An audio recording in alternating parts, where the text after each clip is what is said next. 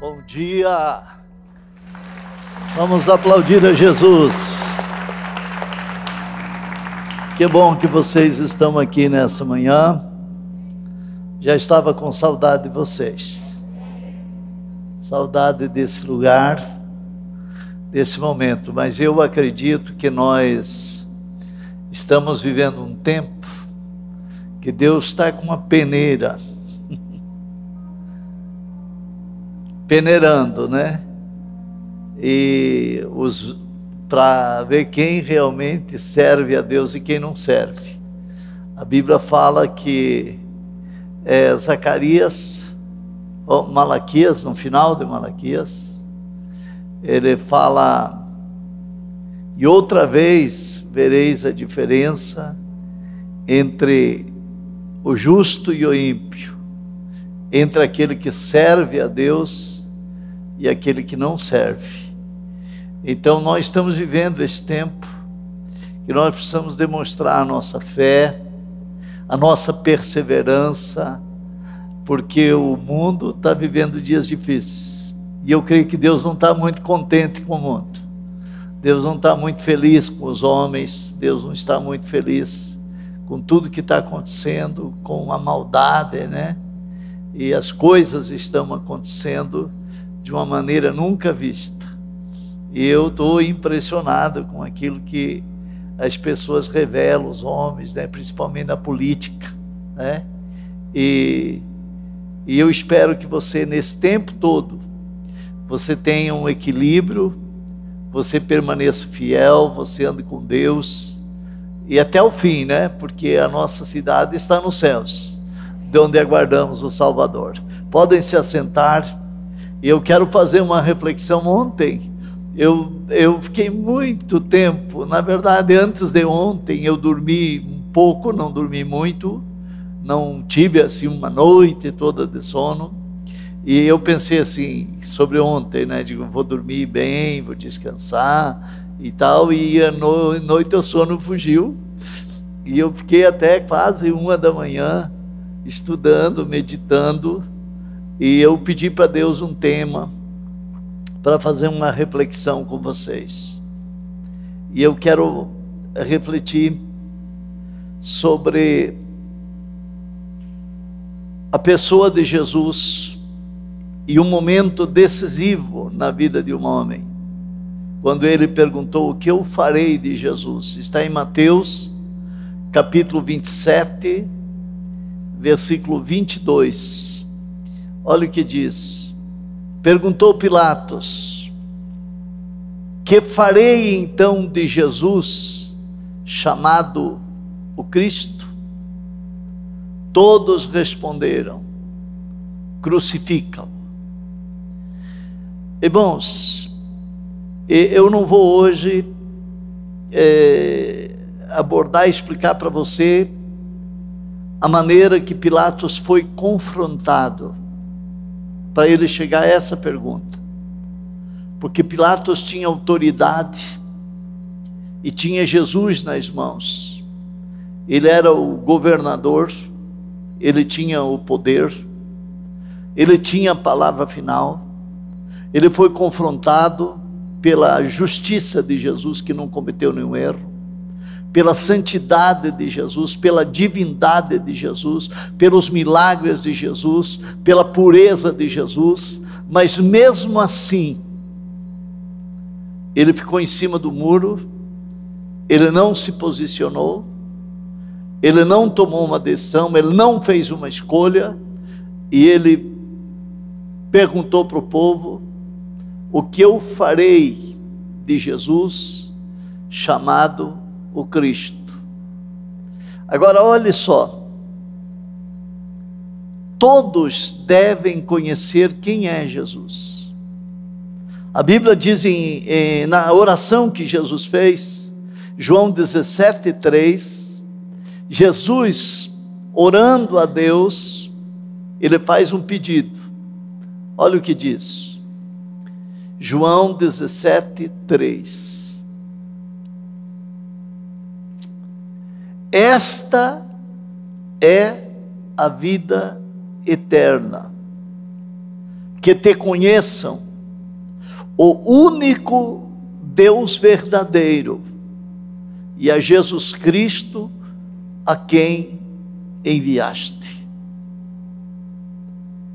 Jesus fez esta oração, dizendo, orando ao Pai, dizendo, e fazendo uma declaração: a vida eterna é esta, que te conheçam, o único Deus verdadeiro, e a Jesus Cristo a quem enviaste. Quer dizer, quando Jesus fala, isso tem um peso, irmãos, muito grande, porque Jesus está dizendo a vida eterna.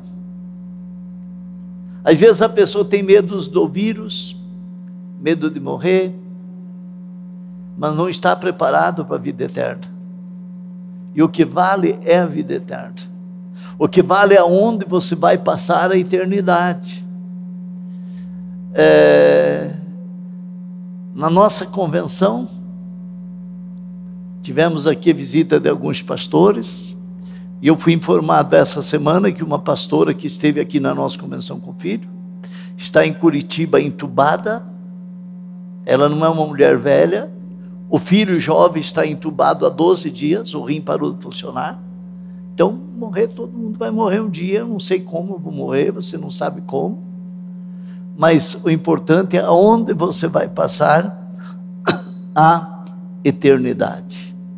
Então Jesus fala dizendo, o que é mais importante para o ser humano é que conheçam o único Deus verdadeiro e conheçam a Jesus Cristo. Jesus é a pessoa mais importante, irmãos, da história da humanidade, e que pisou na face da terra. Jesus dividiu épocas, né? Se fala antes de Cristo, depois de Cristo. Jesus rompeu o sistema dos fariseus, né? Dos judeus, que apresentavam a Deus numa religião vazia, cheia de hipocrisia. Jesus diz que eles eram como sepulcros caiados, bonito por fora, com vaso de flor, bem limpinho por fora e por dentro era cheio de ossos. Assim são as religiões sem Cristo, as religiões vazias. E hoje as pessoas dizem, eu tenho minha religião, mas não conhece Jesus, não conhece Deus, mas tem uma religião, tem valor nenhum para a eternidade. Jesus é tão importante, pois que ele é chamado o Filho unigênito de Deus.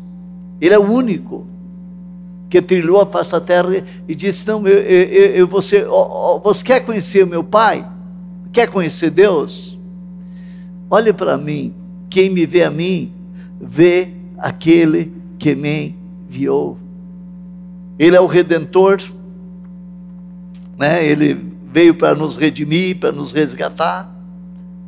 Ele veio para carregar os nossos pecados, você imagine.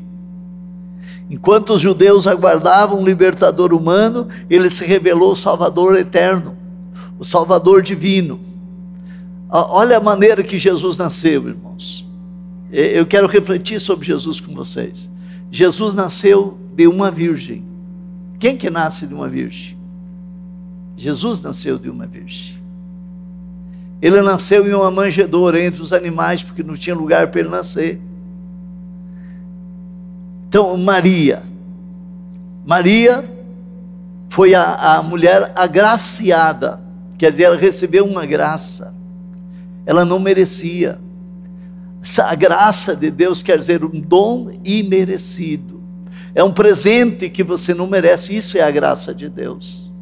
Por isso que Efésios 2:8, olha o que diz Efésios 2:8 sobre salvação. Pois vocês são salvos pela graça, por meio da fé.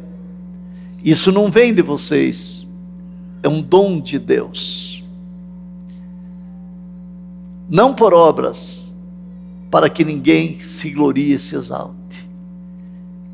Então a Bíblia fala, pela graça vocês são salvos, quer dizer, não vem de vós, quer dizer, você não tem méritos, você não tem direito, mas a graça te dá o direito. Jesus faz de você merecedor daquilo que você não merece. Então Maria, ela foi agraciada, ela recebeu uma graça de ser a mãe de Jesus terrena, porque na verdade Jesus não foi gerado pelo homem. Jesus existia antes da terra existir, antes do mundo existir. Na eternidade anterior, Jesus já existia.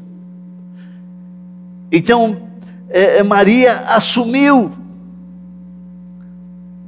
o risco altíssimo ao aceitar ser mãe terrena de Jesus, porque ela disse: eis aqui a serva do Senhor, cumpra-se em mim segundo a sua vontade.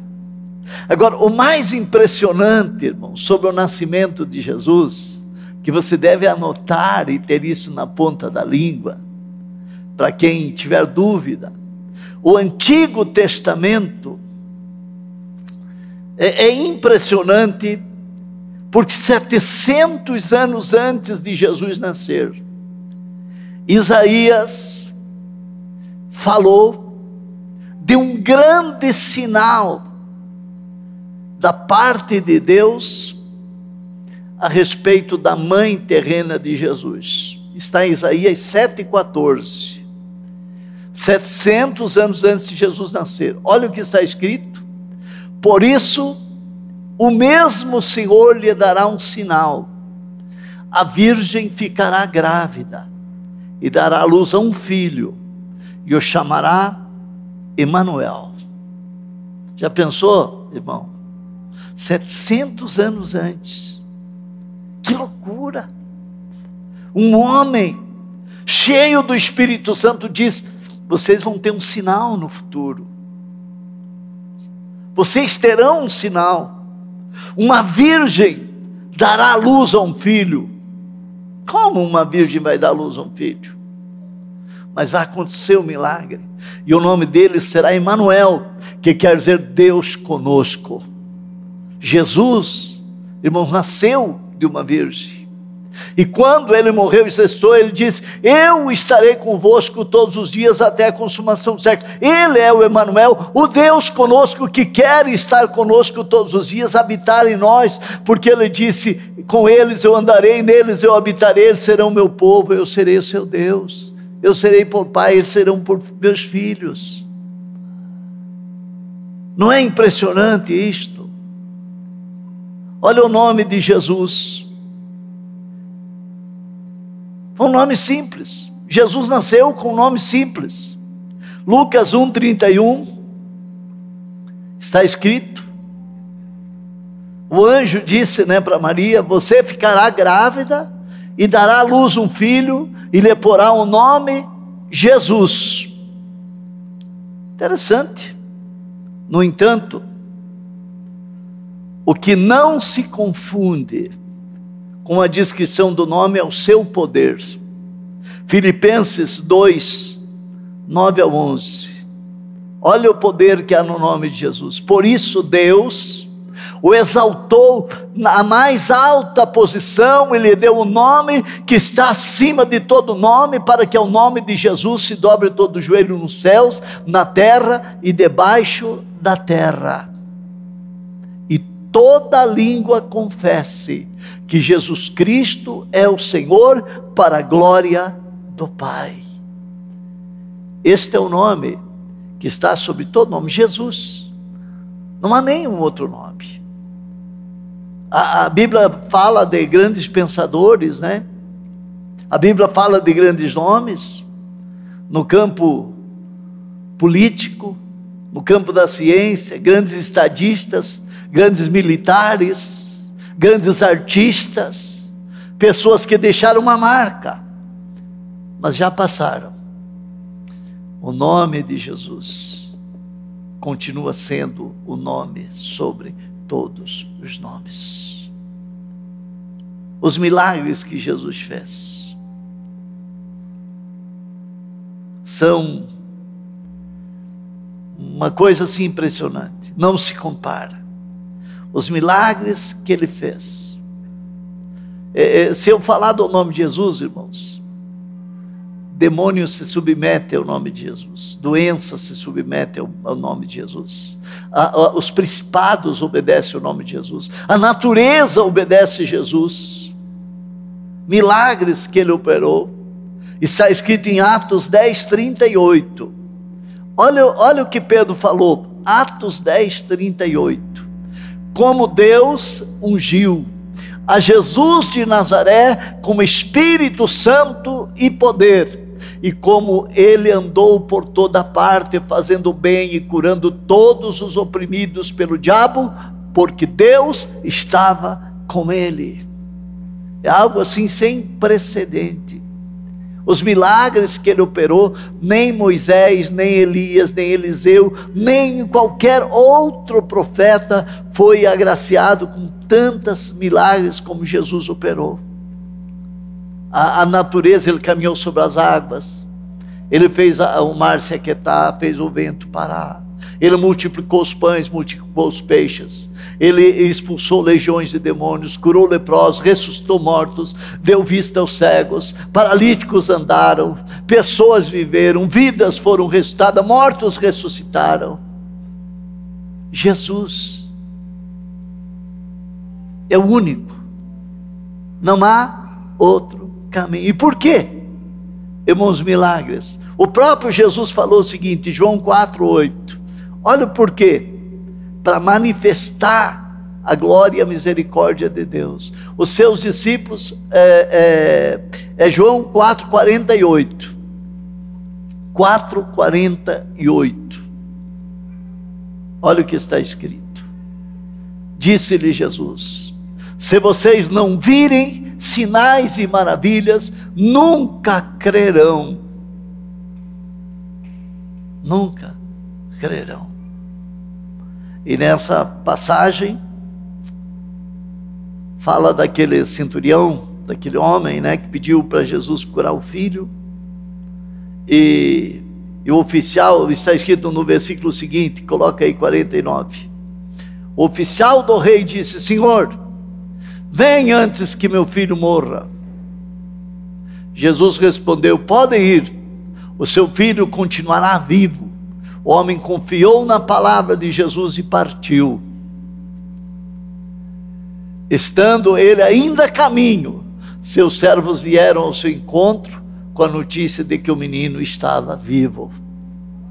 Vamos aplaudir a Jesus, os milagres que Jesus operou, os ensinos.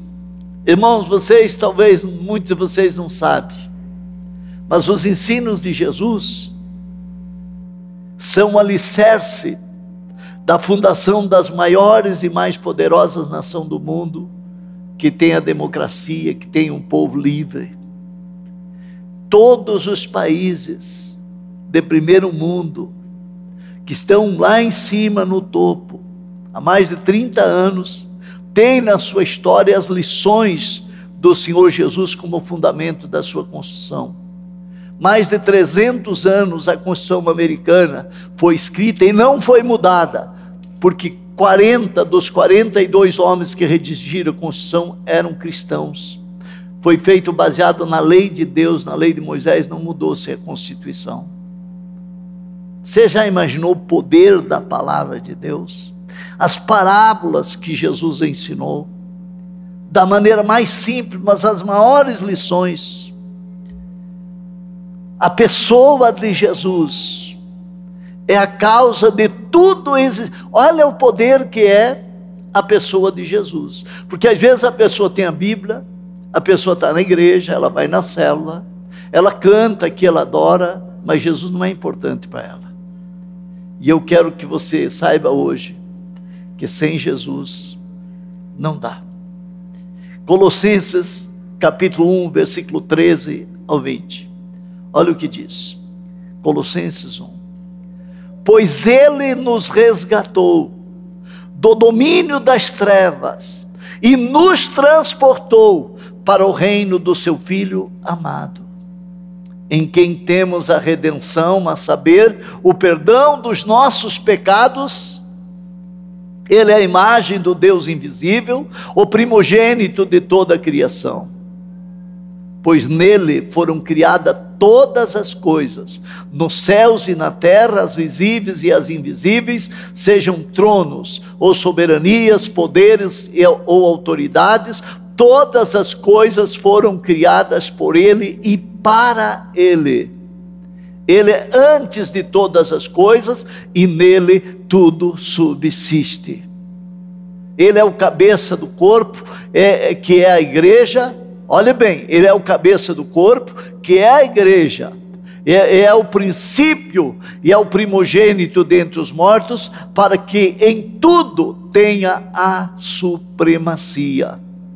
Pois foi do agrado de Deus que nele habitasse toda a plenitude, e por meio dele reconciliasse consigo todas as coisas, tanto as que estão na terra quanto as que estão nos céus, estabelecendo a paz pelo seu sangue derramado. Amém. Derramado na cruz. Você entendeu a importância da pessoa de Jesus? Sem Jesus não dá. Está escrito, olha o que está escrito em 1 Timóteo 2,5. Somente ele, só Jesus. 1 Timóteo 2,5. Pois há um só Deus e um só mediador entre Deus e os homens, o homem Cristo Jesus. Não há obras, não adianta a pessoa, não, eu sou bonzinho, pago minhas contas, pago minhas dívidas, eu sou cara, eu sou santo, eu oro, eu jejuo, eu tenho minha fé, eu tenho minha igreja. Se você não tem Jesus, você não tem nada. Porque a causa de você ser santo é porque Jesus perdoou teus pecados e te libertou. A causa de você ser uma pessoa que anda com Deus é porque Ele te resgatou, como nós lemos ali, do império das trevas. Então, eu acho que o que eu estou falando hoje pela manhã pode decidir o futuro da tua vida de uma maneira tremenda, de uma maneira vitoriosa. Por que que só Ele salva? Só Ele é capaz de salvar a humanidade. Hebreus capítulo 5, versículo 7 ao 9. Olha o que diz. Durante os seus dias de vida na terra, Jesus ofereceu orações e súplicas em alta voz com lágrimas, aquele que o podia salvar da morte, sendo ouvido por causa da sua reverente submissão. Embora sendo filho, ele aprendeu a obedecer por meio daquilo que sofreu. E uma vez aperfeiçoado, tornou-se a fonte da salvação eterna para todos os que lhe obedecem. Jesus é a fonte da salvação eterna, não há outra fonte. Ele, porque ele pagou o preço lá na cruz. Ele sentiu a dor da crucificação, ele carregou sobre si os nossos pecados, as nossas dores. 2 Coríntios 5, 19, Paulo escreveu dizendo, tudo isso, olha o que Paulo escreveu, 2 Coríntios 5, 19, ou seja, pega o versículo 18 antes, por favor. Tudo isto provém de Deus, que nos reconciliou consigo por meio de Cristo e nos deu o ministério da reconciliação. Ou seja, que Deus em Cristo estava reconciliando consigo o mundo, não levando em conta os pecados dos homens, e nos confiou a mensagem da reconciliação. Eu gosto, irmãos, de uma passagem, meditei essa semana, sobre aquele paralítico que foi descido do telhado por 4 homens diante de Jesus. Ele estava numa casa, numa célula, e ninguém podia entrar e sair de tanta gente que tinha, e desceram o paralítico diante de Jesus dentro da casa, abriram o telhado, com 4 cordas, os 4 desceram. Isso fala da pessoa que leva a gente para a célula, que quer salvar pessoas, que quer curar pessoas. E quando o paralítico foi colocado ali, Jesus olhou para ele e disse assim: olha, homem, perdoado são os teus pecados. Se levante, vá para a tua casa. Aí teve alguém que começou a pensar: mas quem é ele para perdoar pecado? Porque eles não conheciam Jesus. Aí Jesus disse: qual que é o mais fácil? Eu dizer, homem, perdoados são os teus pecados? Ou dizer, levante, tome a tua cama, vá para a tua casa? Irmãos, quando Jesus perdoa, o céu se abre. Quando Jesus perdoa, a cura vem. Quando Jesus perdoa, o diabo, o mal perde as forças. Quando Jesus perdoa, a maldição se desfaz e você vive uma nova vida. Por isso que Hebreus diz que ele se tornou uma fonte de salvação, e Paulo escreve que Deus estava em Cristo, reconciliando o mundo e não imputando aos homens os seus pecados. Não é tremendo isto? Que tremendo! E ele morreu na cruz, ele carregou os nossos pecados, as nossas dores. Eu procurei anotar rapidamente alguma coisa sobre os títulos que deram para Jesus: o Filho do Homem, o Filho de Davi, o Bom Pastor, o Senhor, Jesus Cristo, o Rei dos Reis, o Senhor dos Senhores, o Mestre dos Mestres, o Juiz o Justo Juiz, o Advogado Fiel, o Lírio dos Vales, o Bom Pastor, a Estrela da Manhã, o Sol da Justiça, o Alfa e o Ômega, o princípio e o fim. Jesus é a pessoa mais fascinante que pisou na face da terra. Jesus é incomparável. Ele é o único caminho que leva a Deus. Ele falou, nenhum outro homem falou. Por mais poderoso que o homem seja, como líder de uma nação, jamais alguém teria ousadia de falar o que Jesus falou. Mateus 10:3. Olha o que Jesus falou. Você tem que refletir sobre isto. Mateus 10:3. Não, desculpe. Então anotei errado. É quem não toma a sua cruz e não me segue, e não segue após mim, não é digno de mim. Acha esse versículo para mim, por favor. Eu quero fazer pelo menos meio minuto para você entender uma colocação aqui. Olha aí. É Mateus 10:38. Tá bom, deixa eu anotar aqui, eu tenho que acertar aqui. 38. Quem não toma a sua cruz e não segue após mim, não é digno de mim. Você já pensou uma pessoa que se torna indigna de Jesus, irmão? Quando Jesus diz, você não é digno de mim. Não se aproxime. Você não é digno de estar na minha presença. Você não é digno de caminhar comigo. Você não é digno. Uma pessoa indigna, acabou. Acabou. A pessoa indigna acabou. E para você ser digno, você precisa decidir andar com Jesus, decidir ser fiel a Ele, decidir andar com Ele. Marcos capítulo 8, versículo 34. Olha o que Jesus falou. Qual é o homem que teria coragem de falar isso? Então ele chamou a multidão e os discípulos e disse: se alguém quiser acompanhar-me, negue-se a si mesmo, tome a sua cruz e siga-me. João 8:12. Tremendo isso. João 8:12. Falando novamente ao povo, Jesus disse: eu sou a luz do mundo. Quem me segue nunca andará em trevas, mas terá a luz da vida. Uma pessoa que segue a Jesus tem luz, irmãos. E quem está na luz sabe o caminho que anda.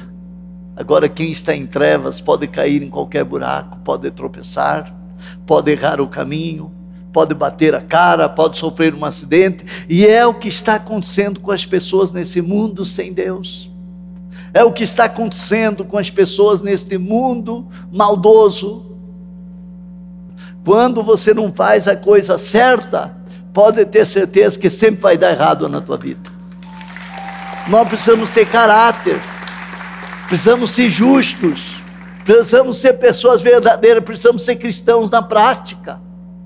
A pessoa faz tudo errado. Então, quando nós aprendemos, quando nós conhecemos Jesus e decidimos seguir Ele, eu vou concluir porque eu não posso avançar, porque ontem foi muita coisa, né? Mas eu fiz uma anotação aqui, porque Pilatos, numa atitude covarde, hipócrita, ele tendo a autoridade, a mulher dele falou para ele: não se envolva, esse homem é um justo, eu muito sofri por causa dele. Ele disse: o que eu farei de Jesus? E o povo disse: crucificam. E ele disse: não, pegue ele, crucifique. Ele lavou as mãos, ele saiu, e a Bíblia diz que a morte da história de Pilatos foi um caos. A partir dali ele entrou em depressão, a história diz, e a morte dele foi uma tragédia. A vida de Pilatos foi uma tragédia. E eu fiz uma anotação aqui, baseado na pergunta: o que eu farei de Jesus? A vida é feita de decisões. Você é escravo da sua liberdade, você é obrigado em momentos como esse, quando você se depara com a palavra de Jesus, a tomar uma decisão. Neutro você não pode ser. Quem não é por Cristo é contra Cristo, porque Jesus diz: quem não é por mim é contra mim, quem não é por nós é contra nós, Paulo escreveu. A indecisão é uma decisão. A indecisão é a decisão de não decidir. Interessante isto. Os indecisos decidem-se contra Cristo.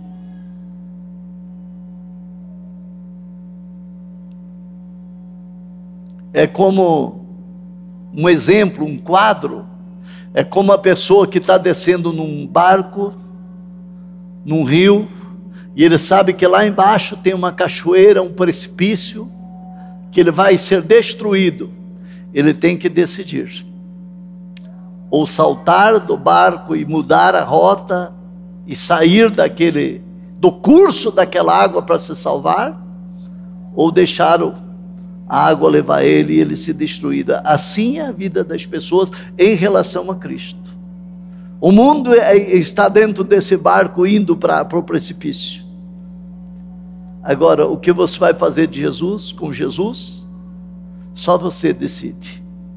É esta a decisão que a pessoa tem que tomar. Pilatos passou para a história como um homem covarde, que tentou se esquivar de tomar a mais importante decisão da sua vida. Ele foi convencido da verdade, mas não teve coragem de assumir a verdade. Ele foi confrontado por Cristo, mas a despeito de ter conhecido a verdade, negou a Cristo e o entregou para ser crucificado. Muitos agem assim, abandonam Jesus. Judas trocou Jesus por 30 moedas de prata e terminou tragicamente se enforcando. O que você faz de Jesus nesse tempo de pandemia? Você abandona a célula? Você abandona o líder? Você abandona a igreja? Ou você vai permanecer até o fim para receber a coroa da vida? O que farei de Jesus? O que eu farei com Jesus? Vamos nos colocar de pé. Eu quero orar com você, meu irmão. Aqui está a igreja. Aqui estão aqueles que amam a Jesus. Você veio porque você ama Jesus. Você veio porque você tem um compromisso. E que esta palavra fortaleça a tua fé. Esta palavra fortaleça a tua vida. Esta palavra deve ser refletida, sabe, irmão Ivo?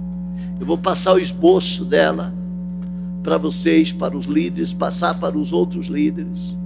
E pode ser refletida na célula gradativamente, não numa célula só, porque a igreja precisa tomar uma decisão em relação a Jesus. Porque este é um momento decisivo para a igreja, irmãos. É um momento decisivo. Eu soube ontem, de fonte segura, que o Lula ligou para o ditador da China, pedindo apoio para 2022. E ele prometeu total apoio, mas fez uma recomendação específica. Você tem que olhar de perto a vida dos pastores e das igrejas. Acompanhar de perto, porque na China os pastores estão sendo presos, igrejas poucas já estão abertas ainda, somente os pastores que se submetem ao ditador, porque a igreja lá é uma igreja subterrânea, é uma igreja clandestina. Milhões de pessoas estão servindo a Deus, sem igreja, sem pastor, se reunindo nas casas, nos bosques, nas matas, no campo, porque estão sendo perseguidos como em muitos outros lugares no mundo. Então, o que você faz de Jesus? Esta semana mesmo foi executado um pastor no Irã. Ele se converteu, porque o que está acontecendo nos países árabes, irmãos? Países árabes, países onde o islamismo radical domina. Jesus tem aparecido para muitas pessoas lá. E as pessoas se convertem sem pregação, porque é proibido. No Irã é proibido. E um jovem se converteu, e ele criou um pequeno grupo, uma igreja, e começou a falar de Jesus, porque Jesus apareceu para ele. E ele foi preso há alguns anos atrás, condenado à pena de morte. Ele foi executado essa semana, morreu enforcado por Jesus. 3 vezes ele foi levado ao tribunal, entre aspas, de fachada ao tribunal, com a seguinte proposta: nega Jesus e se converta ao islamismo, e você vai continuar vivo. 3 vezes ele não negou. Nessa terceira vez, ele foi executado e entregou a vida, mas foi fiel até a morte por Jesus, não negou Jesus e morreu enforcado. Aqui nós temos célula, temos um templo lindo, temos um país abençoado, e as pessoas estão dentro de um barco indo para o precipício sem tomar uma decisão. Mas que você seja o portador desta palavra, que você seja a pessoa que vai influenciar outros, porque sem Jesus, ele disse: eu sou o caminho. Eu sou o caminho. Ele não é uma opção, ele é o único, não há outra opção. Eu sou o caminho, eu sou a verdade, eu sou a vida. Jesus disse para o paralítico: perdoados são os teus pecados.